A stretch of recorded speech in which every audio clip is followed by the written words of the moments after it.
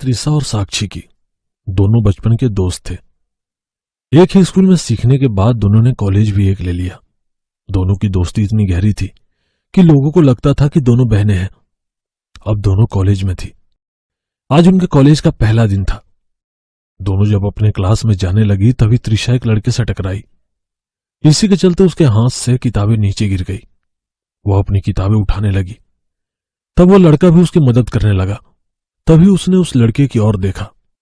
वह लड़का बहुत हैंडसम था। त्रिशा बस उस लड़के की तरफ देखती रही। हेलो। हाँ हाँ।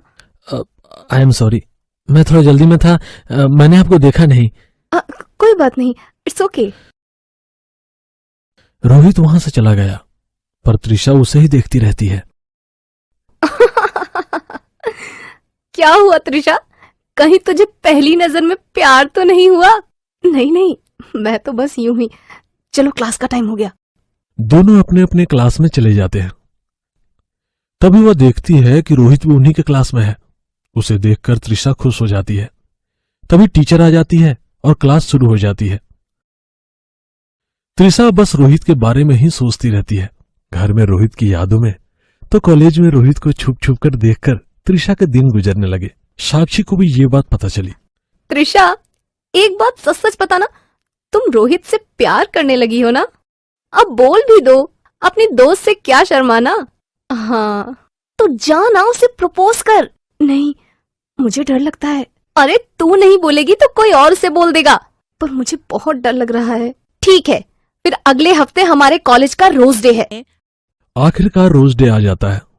साक्षी एक रोज और लिफाफा जिसके अंदर आई लव यू लिखा होता है रोहित की सीट पर रख देती है। रोहित अपनी जगह पर आता है तो वह लेटर उसे मिलता है। लेटर पढ़कर वह मुस्कुराता है और इधर उधर देखता है तो वहां कोई नहीं होता। तभी पीछे से श्रुति आती है और रोहित को कहती है, रोहित आई लव यू। जब से मैंने तुम्हें पहले दिन से देखा है तब से मैं तुम्हें पसंद करने लगी हूं। साक्षी और त्रिशा ये सब खिड़की से देख रहे होते हैं। ये सब देखकर त्रिशा रोने लगती है और वहां से चली जाती है। अगले दिन से रोहित और श्रुति के रिलेशनशिप की खबर सारे क्लास में हो जाती है। त्रिशा को यह बर्दाश्त नहीं होता और वो कॉलेज जाना छोड़ देती है। यह देखकर साक्षी त्रिशा के घर जाती है और उसे समझाने की कोशिश करती है। त्रिशा, तुम ऐसा क्यों कर रही हो? क्या ऐसा करने से रोहित तुम्हें मिल जाएगा? मुझे समझाने से अच्छा है कि तुम अपनी बहन को समझाओ। वो मेरे और रोहित के बीच में आई है। श्रुति साक्षी की सौतेली बहन थी। दोनों में ज्यादा बनती नहीं थी और दोनों एक दूसरे से ज्यादा बात नहीं करते थे। एक काम करते हैं, तुम मेरे घर चलो, मैं उसे सब कुछ बताकर सब ठीक कर दूंगी। दोनों श्रुति के पास जाते हैं। श्रुति अभी अभी पार्टी से लौटी थी। उसने थोड़ी शराब पी ली थी। श्रुति, तुम रोहित से ब्रेकअप कर लो, क्योंकि त्रिशा उससे प्यार करती है। क्या मैं ब्रेकअप कर लूं? और वो भी इस त्रिशा के लिए? बिल्कुल नहीं। देखो, हम तुम्हें प्यार से समझा रहे हैं, वरना क्या कर सकती हो तुम? ऐसा कहकर श्रुति साक्षी को धक्का देने लगी। तभी त्रिशा बीच में आ जाती है। वरना तुम्हारे लिए अच्छा नहीं होगा। रोहित सिर्फ मेरा है, सिर्फ मेरा। तुम धमकी दे रही हो मुझे? ऐसा कहकर श्रुति ने त्रिशा को थप्पड़ मार दिया और दोनों में लड़ाई शुरू हो गई। अचानक श्रुति के हाथ एक बोतल लगी और उसने वहां त्रिशा के सर पर फोड़ दी। इसी के साथ त्रिशा बेहोश होकर जमीन पर गिर गई और उसके सिर से खून बहने लगा। खून देखकर श्रुति को चक्कर आने लगी और वह भी बेहोश हो गई। इसके बाद साक्षी ने श्रुति की आंखों पर पानी मारकर उसे जगाया। तुमने ये क्या किया? त्रिशा को मार दिया? क्या मार दिया? हाँ, त्रिशा की मौत हो गई है। यह सुनकर श्रुति घबरा गई। उसके पैरों तले जमीन खिसक गई। मैंने उसे जानबूझकर नहीं मारा।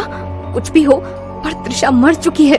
अब हम क्या करें? देखो, मैं इस लाश को लेकर पहाड़ी पर जाती हूँ और वहां से इसे नीचे फेंक देती हूँ। इस टाइम वहां इलाका बहुत सुनसान होता है। तुम जल्दी से एक सुसाइड नोट लिखो और ये सब खून साफ करो। घर वाले अभी आते ही होंगे। प्लान के अनुसार त्रिशा की लाश को ठिकाने लगा दिया और त्रिशा की मौत एक राज बन गया। 2 दिन बाद जब श्रुति अपने घर में होती है तो उसे किसी की आहट सुनाई देती है। वह पीछे देखती है तो वहां कोई नहीं होता है। जैसे ही वह आईने में देखती है तो उसे त्रिशा नजर आती है।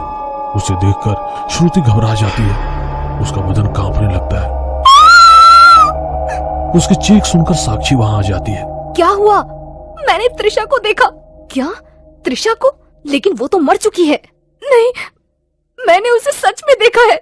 तुम्हें वहम हुआ होगा, उसे तो मैंने अपने हाथों से ठिकाने लगाया है। मगर सच में मैंने उसे देखा है। एक काम करो, तुम चलो मेरे साथ। साक्षी श्रुति को उसी पहाड़ पर ले जाती है। देखो, मैंने इसी पहाड़ी से उसे नीचे फेंक दिया था। तभी श्रुति को साक्षी के पीछे त्रिशा दिखाई देती है।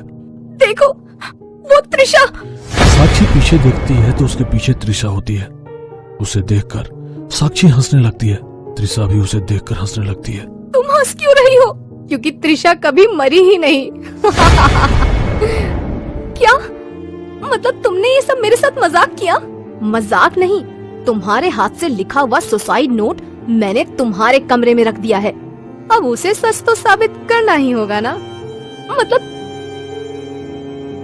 मतलब ये कि तुमने पूछा था ना कि अगर तुमने रोहित को नहीं छोड़ा तो हम क्या करेंगे? तुम्हें रास्ते से हटा देंगे। ये तुम क्या कह रही हो? साक्षी, तू तो कुछ बोल। तू तो मेरी बहन है ना? हाँ, मगर सौतेली बहन। बचपन से सारे खिलौने, सारा लाड प्यार सिर्फ तुम्हें मिला, और मुझे क्या मिला? कुछ नहीं। अब मैं तुम्हें हटाकर वो सब कुछ हासिल कर लूंगी जिस पर बचपन से मेरा हक था। देखो, मुझे माफ कर दो, मुझे मत मारो, मेरे पास मत आओ। नहीं नहीं,